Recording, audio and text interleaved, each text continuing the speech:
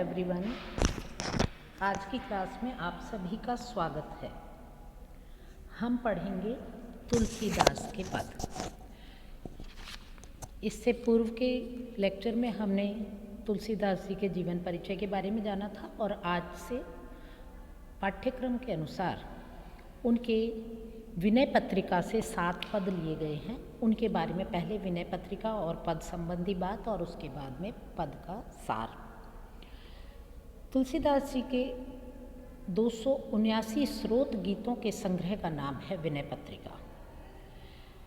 ऐसा माना जाता है कि शुरू के 63 स्रोत एवं गीत गणेश, शिव, पार्वती, गंगा, यमुना, काशी, चित्रकूट, हनुमान, सीता और विष्णु के विग्रह माधव के गुणगान के साथ राम की स्तुतियाँ कवि तुलसी ने की हैं। इन स्रोतों में जितने भी देवी देवता आते हैं उन सभी का गुणगान करते हुए तुलसीदास ने उनसे राम की भक्ति की याचना की है। विनय पत्रिका अर्थात राम की सेवा में प्रस्तुत विनयपूर्ण पत्रिका रूपी पद, यानी विनयपूर्ण प्रार्थना है इन समस्त पदों में कि हे परमात्मा, मुझे इस संसार का उद्धार कीजिए और मुझे अपने चरणों में शरण दीजिए। तो लीजिए, प्रस्तुत है विनय पत्रिका का पाठ्यांतर्गत प्रथम पद। प्रथम जो पद है यह विनय पत्रिका में, मूल विनय पत्रिका में 66 नंबर के पद के रूप में स्थित है। तो सिलेबस में 66 नंबर के पद का सार इस प्रकार है। राम जपू राम जपू बावरे, घोर भव नीर निधि नाम निज नावरे। एक ही साधन सब रिद्धि सिद्धि साधी रे, ग्रसे कली रोग जोग संजम समाधि रे। भलो जो है पोच जो है दाहिनो जो बाम रे, राम नाम ही सो अंत सब ही को काम रे। जग नभ वाटिका रही है फली फूली रे, युवा धुआं कैसे धौर हर देखी तू ना भूली रे। राम नाम छाड़ी जो भरोसो करे और रे, तुलसी परोसो त्यागी मांगे कूर कौर रे। तो इस पद का सार इस प्रकार है कि कवि तुलसीदास प्राणी मात्र को संबोधित करते हुए कहते हैं कि हे पागल प्राणी, राम के नाम का जाप कर, राम को जप, राम को जप, श्री राम को ही जप। इस घोर संसार रूपी समुद्र को पार करने के लिए राम नाम ही नाव है।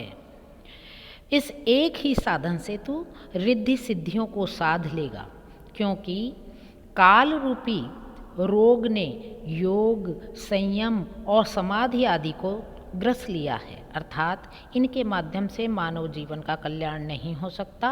अतः भला हो, बुरा हो, सामने हो, पीछे हो, दूर हो, अंत में एक राम का नाम ही सबके काम आएगा।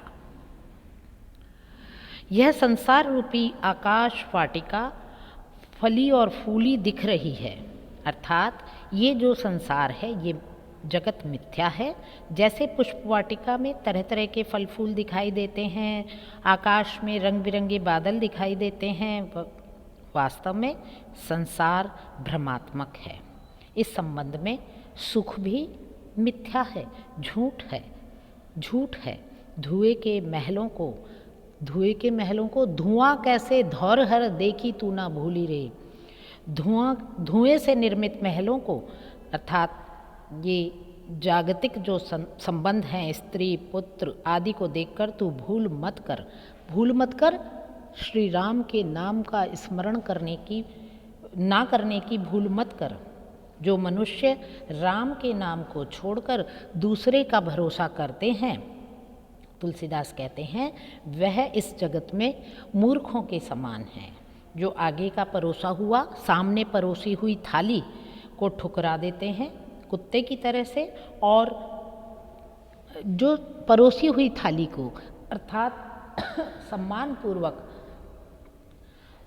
सभी चीज़ें सुलभ होने पर उनको ठोकर मार करके और कुत्ते की तरह से कौर कौर मांगते फिरते हैं, अर्थात कहने का आशय ये है कि कवि कहना चाहते हैं कि राम के नाम का जाप कर, वही तेरे उद्धारक हैं। अब पद संख्या पाठ्यांतर्गत अगली है, परंतु विनय पत्रिका में ये पद है 90 नंबर पर। तो 90 नंबर के पद का सार इस तरह से है, ऐसी मूढ़ता या मन की, ऐसी मूढ़ता या मन की, परिहरि राम भगति सुर सरिता आस करत ओस कन की। धूम समूह निरखि चातक ज्यों त्रषित जानि मति घन की, नहीं तह शीतलता न बारी पुनि हानि होती लोचन की। ज्यों गच कांच बिलो की सेन जड़, सेन श्वेन, श्वेन का अर्थ होता है बाज, सेन जड़ छाह अपने तन की, टूटत अति आतुर आहार बस छति बिसारी आनन की। कह लो कहो कुचाल कृपा निधि जानत हों गति जन की, तुलसीदास प्रभु हरहूँ दुसह दुख करहूँ लाज निज पन की। कवि कह रहे हैं कि हे केशव, अपने मन की मूर्खता के बारे में क्या कहूँ, कुछ कह नहीं पाता हूँ। यह मेरा मन, ये मेरी आत्मा नितांत मूर्ख है।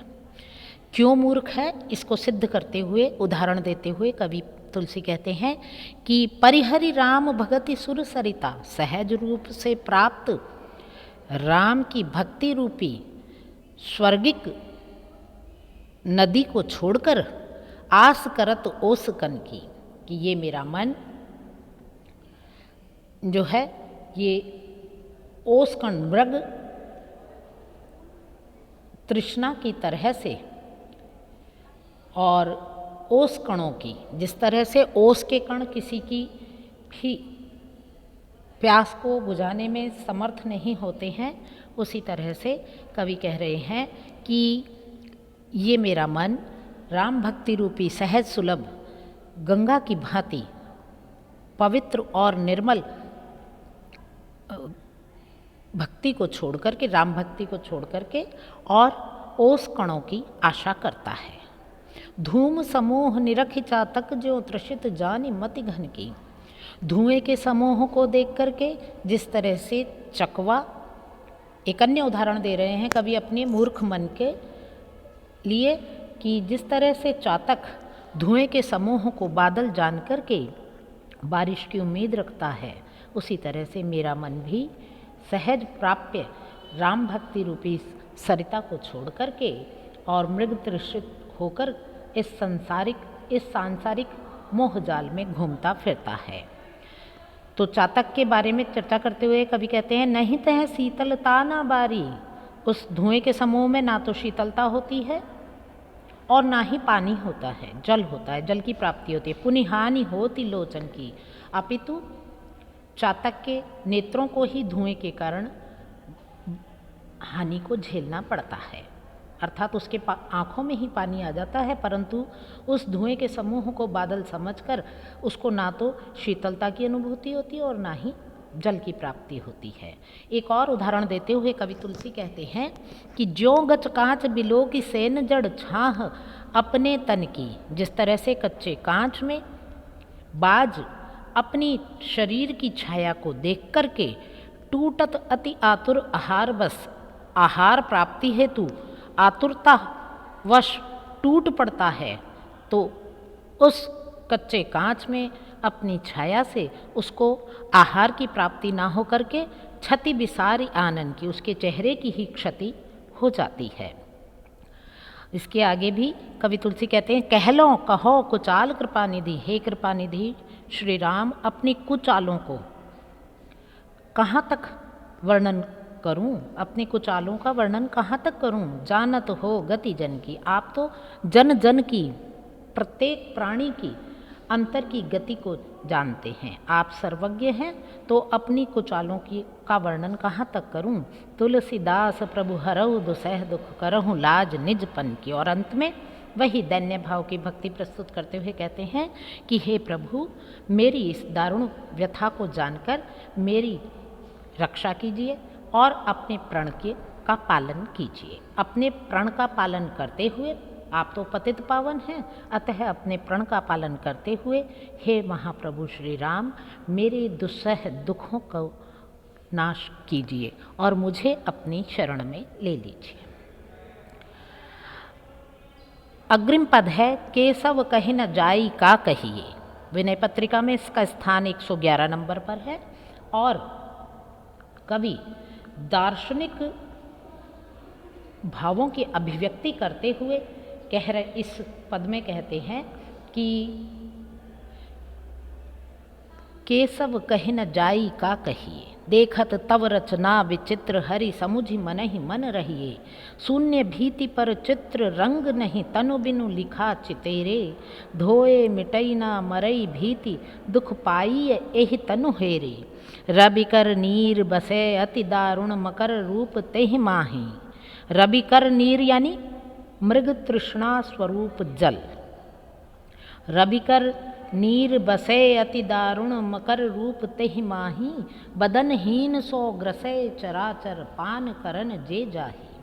कोउ कह सत्य झूठ कह कोउ जुगल प्रबल कोउ माने। तुलसीदास परिहरे तीन भ्रम सो आपन पहचाने।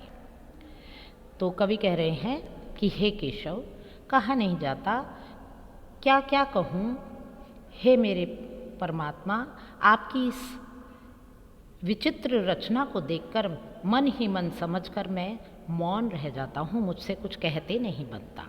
आपने इस संसार रूपी चित्र को निराकार ब्रह्म रूपी आपने इस संसार रूपी चित्र को अशरीरी दीवार पर बिना रंग आदि के बनाया है।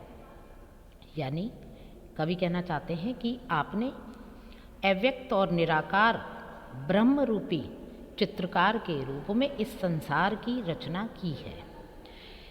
इस माया चित्र के रंग जो हैं धोने से नहीं मिटते हैं। सामान्य चित्र तो धोने से मिट जाते हैं चित्र के रंग, परंतु इस माया चित्र के रंग धोने से नहीं मिटते और इसे मरने का भय और दुख भी होता है।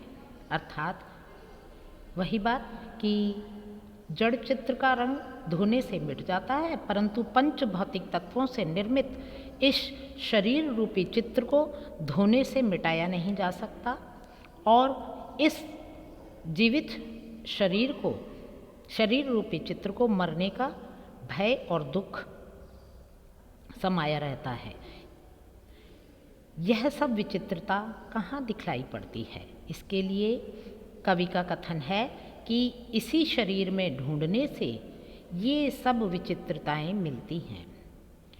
दूसरी विचित्रता के संदर्भ में कवि कहते हैं मरीचिका में अत्यंत भयानक मगर रूपी तृष्णा समाई रहती है, जो कि मुखहीन होती है। यानी कि मगर का तो मुख होता है, परंतु ये मृग मरीचिका मुखहीन होती है। जो जल पीने जाता है इस मृग मरीचिका को प्राप्त करना चाहता है, चाहे वे जड़ हो अथवा चेतन हो, उसे यह मृग तृष्णा ग्रस लेती है। कहने का तात्पर्य यह है कि यह संसार मृगजल के समान है और इसमें मकर रूपी निराकार काल निवास करता है। इस काल के मुख नहीं है, परंतु यह सबको खा जाता है, ग्रस लेता है। जो लोग इनमें सुख मानकर फंस जाते हैं, अर्थात इस सांसारिक दुष्चक्रों में इसे सुख मानकर फंस जाते हैं, वे खाली हाथ काल के मुंह में स्वतः ही चले जाते हैं। कोई कहता है कि यह संसार सत्य है, कोई कहता है यह संसार झूठ है। कोई कहता है यह संसार झूठ है और कोई इन दोनों को ही सत्य मानता है। अर्थात यह सत्य भी है और असत्य भी है। तो कवि कहते हैं कि जो मनुष्य इन तीनों भ्रमों को त्याग देता है वही अपने आप को पहचान पाता है, अर्थात उसी व्यक्ति को आत्मज्ञान प्राप्त हो जाता है। तो ये था पद संख्या 111 और विनय पत्रिका के अग्रिम पद की पद संख्या है 124।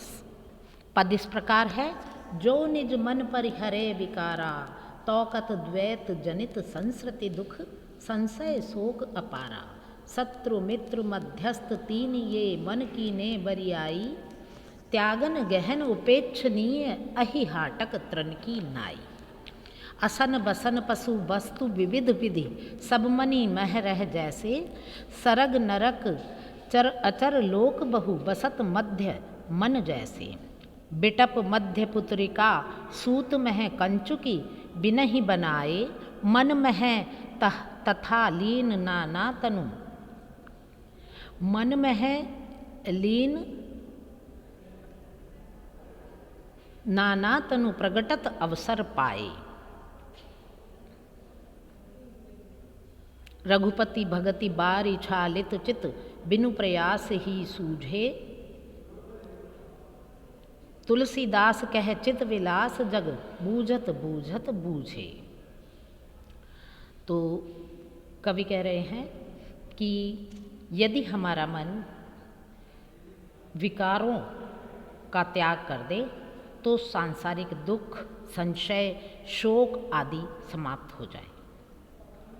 मन ने ही जबरदस्ती किसी को शत्रु, किसी को मित्र और किसी को उदासीन, इन तीनों के रूप में मान रखा है।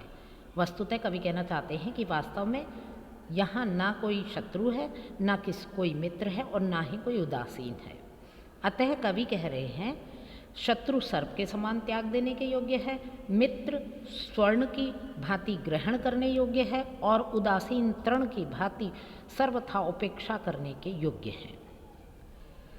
आगे की पंक्ति में कवि कहते हैं जैसे भोजन, वस्त्र, पशु और नाना प्रकार की वस्तुएं, ये सब मणि के अंतर्गत समाई रहती हैं। अर्थात जैसे बहुमूल्य मणि हमारे पास है तो उसे बेच करके भोजन, वस्त्र, पशु, नाना प्रकार के भौतिक संसाधन खरीदे जा सकते हैं, वैसे ही स्वर्ग, नरक, जड़, चैतन्य तथा बहुत से लोग मन में रहते हैं। अर्थात मन शुद्ध होता है और शुद्ध पवित्र मन से यदि राम की भक्ति की जाए तो स्वर्ग, नरक, जड़, चैतन्य, बहुत से लौकिक लाभ हमको स्वतः ही प्राप्त हो जाते हैं। एक उदाहरण देते हुए कवि कहते हैं कि जिस तरह से वृक्ष के बीच में, अर्थात वृक्ष की लकड़ी से कठपुतली, उसके सूत से वस्त्र बिना बनाए ही मौजूद रहते हैं, उसी प्रकार से मन के भीतर भी अनेक आशाएं और जगत सत्य विराजमान रहते हैं जो कि अवसर पाने पर प्रकट होते हैं।